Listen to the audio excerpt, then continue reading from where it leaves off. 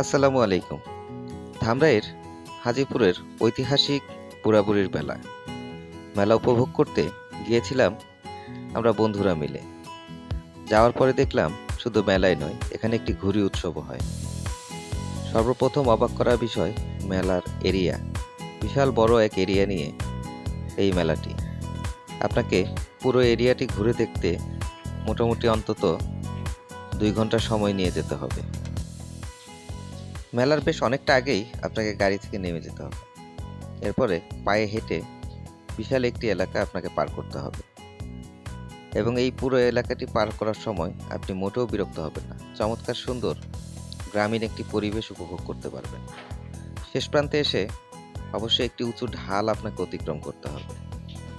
আমরা যখন এখানে যাই তখন দেখতে পাই এই ঢাল বেয়ে উঠতে বিশেষ করে মহিলাদের অনেকেরই কিছুটা সমস্যা হচ্ছিল। সঙ্গত কারণেই আমরা তাদের কষ্ট করে ওঠার দৃশ্যগুলো ধারণ করিনি। তবে সবচাইতে আনন্দদায়ক ছিল বাচ্চাদের ওঠাটা। বাচ্চারা কিন্তু বেশ সহজেই এই জায়গাটা দৌড়ে অতিক্রম করে যাচ্ছিল। ঢাল বেয়ে ওঠার পরেই পাবেন বিশাল একটি বালুর মাঠ, যেখানে ঘুড়ি উড়ানো এবং কেটে যাওয়া ঘুড়ি দৌড়ে ধরার জন্য চলছে প্রতিযোগিতা।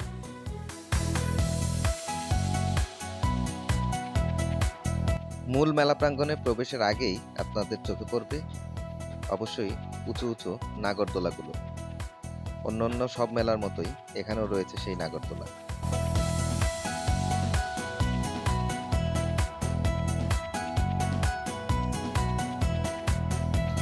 আছে সব মেলার মতোই কমন একটি আইটেম, এয়ার গান দিয়ে গুলি ফুটানোর ব্যবস্থা। আমি নিজেও এটা দেখার পরে লোভ সামলাতে পারলাম না। তবে বেচারা ব্যবসায়ীকে বোঝাতে পারলাম না যে সারা বাংলাদেশে এই কাজে আমি প্রথম হয়েছিলাম। খাবারের তালিকায় মেয়েদের পছন্দের আইটেম ছিল ফুচকা ও চটপটি, আর ছেলেদের ক্ষেত্রে সবচাইতে পছন্দের আইটেম হিসেবে যেটা দেখা যায় তা ছিল হালিম।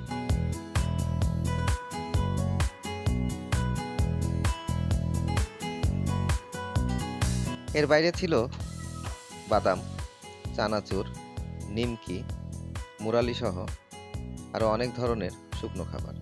ছিল আমাদের ছোটবেলার ফেলে আসা সেই হাতি ঘুরো, কদমা, ছিল বিন্নি। অন্যান্য সব গ্রামীণ মেলার মতো এখানেও ছিল হরেক রকমের মিষ্টি এবং জিলাপি।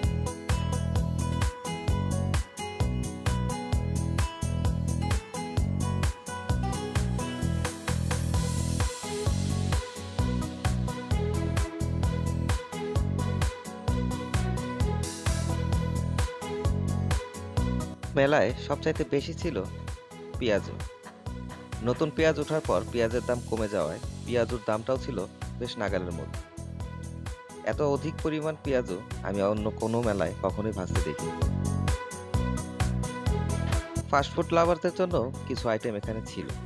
ছিল বার্গার, স্যান্ডউইচ এবং আমাদের ছোটবেলার একটি পছন্দের আইটেম চিংড়ি মাছের মাথা করকরে করে ভাজা।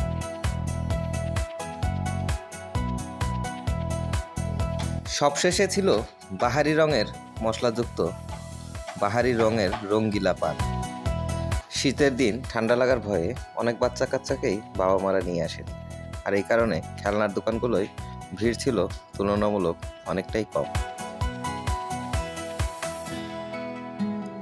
ছিল ফুলের দোকান, তবে সেখানে ফুলের পাশাপাশি পাওয়া যাচ্ছিল সিগারেটও। আর কেউ যদি ভুল করে গার্লফ্রেন্ড নিয়ে গিয়ে থাকে তাকে ধরে জোর করেই একটা গোলাপ 50 টাকায় বিক্রি করা হচ্ছিল। মেলার মূল অংশের বাইরেই চলছিল চমৎকার মৃৎশিল্পের প্রদর্শনী, এবং এখানে আপনার দৈনন্দিন ব্যবহারের অনেক প্রয়োজনীয় উপকরণই পাওয়া যাচ্ছিল। দেখতেও বেশ সুন্দর লাগছিল প্রত্যেকটা জিনিস।